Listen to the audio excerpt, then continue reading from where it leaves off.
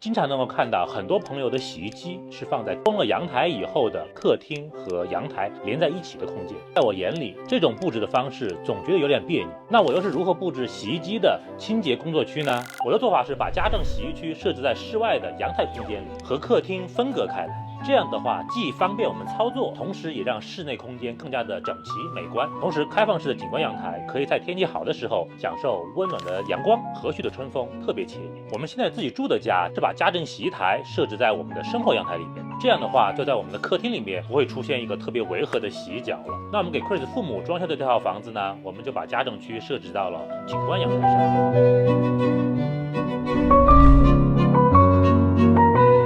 刚好给 Chris 父母买的这一台功能强大且性价比极高的海尔云溪系列579洗烘一体机也到货了。分享一下选它的原因，金柚蓝的外观和这个阳台很适配，加上父母上了年纪，学新事物比较麻烦，洗烘一体机不用洗完再拿出来晾晒，一步到位，父母可以更轻松一些。我把它嵌入到了洗衣台的下方，刚刚好，看起来十分的简洁，同时也节省空间。然后就是它的综合性能，它的直驱电机转一圈，滚筒就转一圈，运行很稳定，噪音也很小，不像传统的皮带电机，皮带带着滚筒转，声音很响，还容易打滑。海尔这台洗衣机的洗衣功能很注意细节，有些洗衣机洗完拿出来还在冒泡，需要2次清洗，很损伤衣物。但它升级了活水精华洗 2.0， 喷淋净水漂技术让洗衣液更均匀地喷洒在衣物上，防回流功能降低残留，衣服磨损能降低 15%， 不用多次漂洗，省水更省电。洗完衣服以后直接智能烘干，省去了晾晒的步骤，面板操作起来很顺手。它的温控功能智能精准，衣服干了以后会自动停止烘干，防止伤衣。就算阴雨天也能确保衣物及时干爽，很适合成都这种比较潮湿的气候。父母那个年代的人大多都很节约，衣服都会穿很多年，这些功能能保护他们的衣物，很贴心。